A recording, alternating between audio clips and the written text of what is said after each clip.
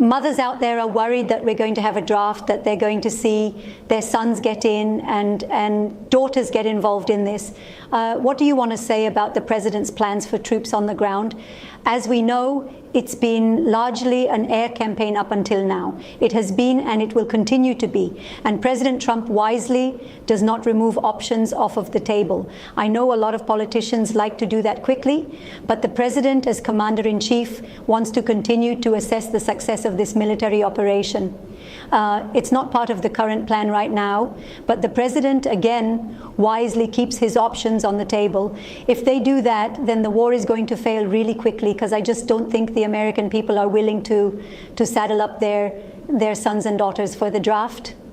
If they could get away with it, I think they'd be tempted to do it. As Trump is out there increasingly making World War III more and more possible with his outrageous Truth Social posts and the White House Press Secretary Caroline Leavitt not ruling out a draft, Trump, GOP have gravely miscalculated whether or not the American people and even MAGA want to send their children off to war. Starting in December, all men between the ages of 18 and 25 will be automatically registered for the military draft. They'll be added into the selective service system. That's the independent government agency that keeps a list of all eligible Americans. For decades, the majority of men would register themselves or face a felony. Congress tucked the rule change into a bipartisan defense bill that President Trump signed into law late last year. It comes as enrollment has slipped in recent years. Even as worries about conflicts with nations like China and Russia have grown, there has not been a military draft since the Vietnam War. A new law just went into effect that the Republicans thought was a good idea. Instead of having men here in the United States between the ages of 18 and 25 have to register for the military draft, they made it automatic, which means that every child at 18 is automatically registered for the draft. They use federal information in order to find who should be registered and then go ahead and register them.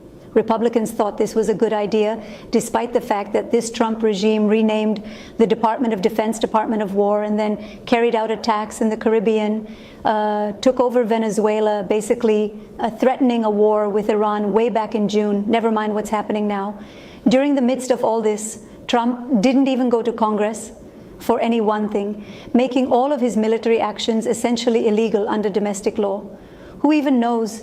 Over international law, especially that double tap strike on a boat in the Caribbean, clearly violation of a war crime. Well, in the midst of that, Republicans proposed and passed this law creating this automatic registration because evidently not enough men in America at that age were registering. Only about 80% or so were going through what was already required law that they register. So supposedly Republicans said they wanted to save money because this is what it's all about, evidently, is saving money and automatically registering men. So now in the midst of Trump threatening World War II, all of your male children, the federal government knows them, has registered them. If they want to call up that draft, as Caroline Leavitt says, Trump is not eliminating any possibility. It is so easy for them to do it because they already have registered them. If they do that, then the war is going to fail really quickly, because I just don't think the American people are willing to saddle up their sons and daughters for the draft. If they could get away with it, I think they'd be tempted to do it, because it'd be like an all options on the table, right? Like if they say, like, if we get so far sucked into this thing, kind of like we did in the Iraq War, where it's like we can only win by applying a massive amount of ground troops. Iran is so big, we can't do it with the standing military that we have right now. As big as it is, we would have to do a draft. Now, I think a negative to a downside to the all-volunteer force we've had is that it's been very easy to deploy us, and most Americans don't really know or care that we've been deployed because we volunteered we have professional soldiers. I think a draft is actually a good check on that. I think compulsory service, I think if there was more people right now who they had to go do 2 years in the military and they were like, oh crap, my 2 years are going to involve this Iran deployment. I think a lot more people in America, and that was felt by the entire American population, that every able-bodied man and woman was eligible for a 2-year period to go serve. Wars like this wouldn't happen, in my opinion. That is a very interesting point of view that I have not thought about. Yeah. As much as I don't like the idea of conscripting people or having mandatory service, because I like the professional warrior class that we were a part of. I like serving with volunteers. Problem with volunteers is, man, we'll just keep going back and you'll create a professional warrior class, and then we'll, like I did, we'll intermarry and we'll live in our tight communities. Everybody I know is a veteran, and so we have an insular community, and we're the only ones that experience the war, experience the loss, and we keep going back over and over again. Whereas if you spread out that burden to the entire country, it makes it almost impossible to keep us at war for a prolonged period. The only reason the Vietnam War ended is because there was popular, the people basically revolted against it because of the draft. And that's a big reason why I think after Vietnam they were like, we can't draft people anymore, let's create a professional military. Damn, I have not thought about it like that. More cracks are showing around this war, Megyn Kelly being the latest, to directly confront Trump over what these actions. In the midst of all of this, this automatic registration for the draft comes out, and it's also in the midst of the Republicans trying to pass the SAVE Act, the Voter Registration Act. If you take these two next to each other, the Voter Registration Act is, according to the Republicans, done in order to make sure people who vote can legally vote. Well, as it turns out, the federal government has data about who is a citizen and not a citizen, because they literally are using that data to automatically register these men for the draft. Certainly, they could do that for our vote. They have the information so much so they're willing to rely on that information to literally send somebody off to war to die. So they could use that same data to know that these people were valid citizens and could vote, and could automatically register people to vote at the age of 18. Not just automatically register them to go off and die for this country. No. Instead, they are proposing the most cumbersome thing of having people find information like their passwords. Maybe they don't have a password.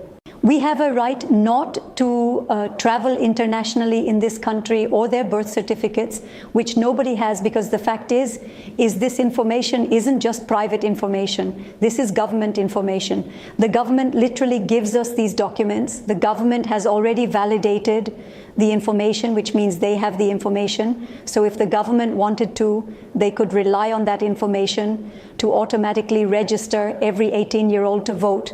Now, as you can imagine, that post did not go over well with the Iranians or with many Americans. I mean, I don't know about you, but I am sick of this. I'm sick of it. Can't he just behave like a normal human? I mean, honestly, like the president, all right, 3D chess, just shut up. Shut up about that. You don't threaten to wipe out an entire civilization. We're talking about civilians just casually in a social media post, you know, like I am the first to try to understand Trump and his strategy, and to not freak out over his weird social media posts and language that is loose and incendiary. Truly, I've lived with it for 10 plus years. I learned it the hard way when I was on the receiving end of it for 9 months. And truly, I think that was a gift to me in many ways, because it helped me really come to understand what he does with his social media. But this is completely irresponsible and disgusting. This is wrong. It's wrong. He should not be doing it. I don't care that it's a negotiate. His negotiation tactic is to kill an entire country full of civilians, men, women, and children, an American president, so that the Strait of Hormuz will be opened. It's just wrong. It's not hard to say it. It's not hard to recognize it. I wish he would stop doing this. Like, he can't negotiate without doing this. What does that say about him? What does that say about the position that our country is in right now in these negotiations? He's got to say this. He can't be a dignified, strong leader without threatening a bunch of war crimes. Like, what is he, Genghis Khan? Like, what is he trying to do? And why can't he do it with strength threats? Sure, go for it. That don't diminish and demean the United States of America in this way. All right. The Wall Street Journal. Thanks for watching. Be sure to add the Midas Touch podcast on Apple Podcasts, Spotify, or wherever you get your podcast for new updates every single day.